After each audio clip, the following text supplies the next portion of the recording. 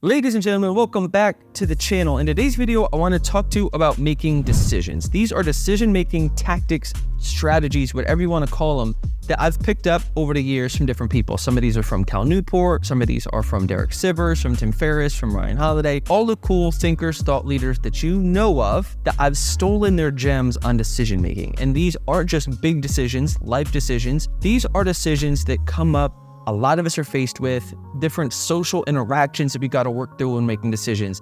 And that's what I want to share with you today are my 3 top rules that I picked up, I found when it comes to making better decisions. And that's what we're going to jump into. Let's do it. So the first one I want to talk to you about today, I got from Tim Ferriss and from Derek Sivers. They're kind of similar-ish. One, Tim Ferriss calls the full body yes. And this is really interesting. It takes you being a little bit more in touch with your body. It sounds woo-woo, but if you think about it, what actually gets you excited? You'll actually feel it in your body. I know, stick with me. This kind of piggybacks on Derek Sivers, which he says, if it's not a hell yes, it's a no. And I think these two kind of work in tandem well, because the idea is life is short. A lot of us, I think, make decisions, I want to talk about this a little bit later on, about social pressure. We do it to make somebody other than ourselves happy. And sometimes we might not really fit. We might say, okay, it sounds kind of cool, but I don't know. And to me, this has been really helpful thinking about what type of work do I want to do? Am I really into this? Or is this something that I'm just kind of doing? I'm half-assing it. Rather than saying, I'm listening to my body for a second saying, oh, I'm super into this. Recently, I've been making more content and I've been having trouble sleeping because I've been so excited, so energized about it compared to other work when I feel like I really have to drag my ass out of bed in the morning.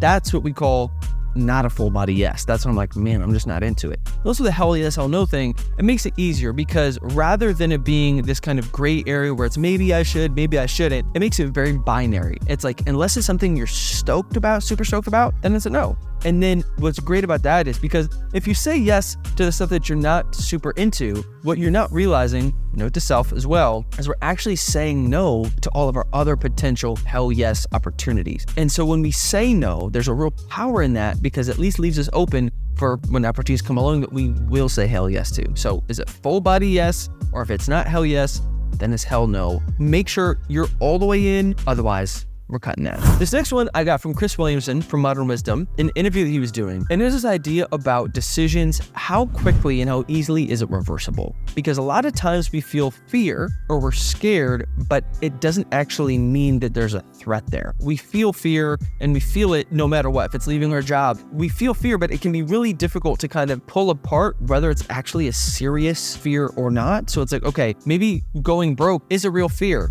We're afraid if we quit our job, we're going to go broke, but the line isn't ever that linear. And so what Chris talks about in this interview is this idea of reversing things and how quickly they're reversible.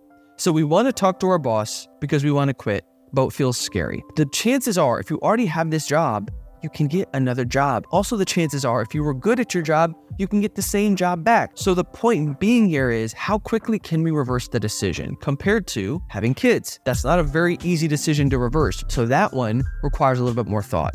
And the whole point about this is to make the reversible decisions quicker. These are things that we think about a lot. Should we move to a new place? Should we quit our job? Should we do this? Should we do that? A lot of these decisions are actually very reversible and actually very reversible very quickly, but we take so much time thinking about it, we don't get started. And I thought that was really powerful, was rather than thinking about the fear and, oh my God, this is scary, it's for myself thinking, how quickly, how easily could I just do this thing again? If I move to a new place, it all falls apart, I move back. If I quit this job, I talk to my boss, just like, well, hey boss, didn't work out.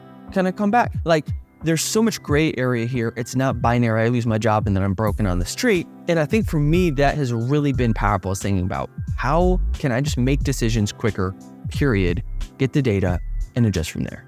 The third piece of advice when it comes to making decisions, I got from Kevin Kelly, I believe on the interview with Ryan Holiday, but I've heard them both talk about this now since. And this is this idea of, would I do it tomorrow? We often get asked to do favors, to do things down the line. Somebody says, hey, would you mind coming to Susie's birthday party? Would you want to do this and that? And in order to appease the person in the moment, we say, sure, yeah, I'll do that. But I think a good mind thought exercise to do, and this is what they talk about, is bump that timeline all the way up to tomorrow.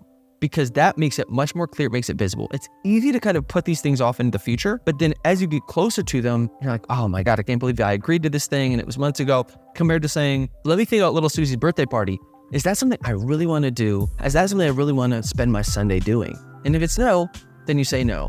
Rather than saying, yeah, you know what, maybe you're hedging, you're saying, you know what, sure, it's 3 months away. You're like, I'll get to it then. You're almost like putting off something, and you're like putting off this bad decision onto your future self, rather than saying, hey, future self, I'm actually going to save you. I'm going to use the guts from present self and reject whatever this is right now. Or maybe it sounds really fun, you would do tomorrow. Makes it easier, you say yes. But bumping that timeline up, I find for myself has been really helpful, thinking about what am I agreeing to appease somebody else, and what am I actually agreeing to because it's something I genuinely want to do. Because again, if we're saying yes to things that we might not be super hell yes about, we're actually saying no to a bunch of other things that we might actually really love to do instead. So the 3 decision-making tips I'm going to give you are full body yes or no. Number 2, how quickly can you reverse it? If it's reversible, make that decision quicker.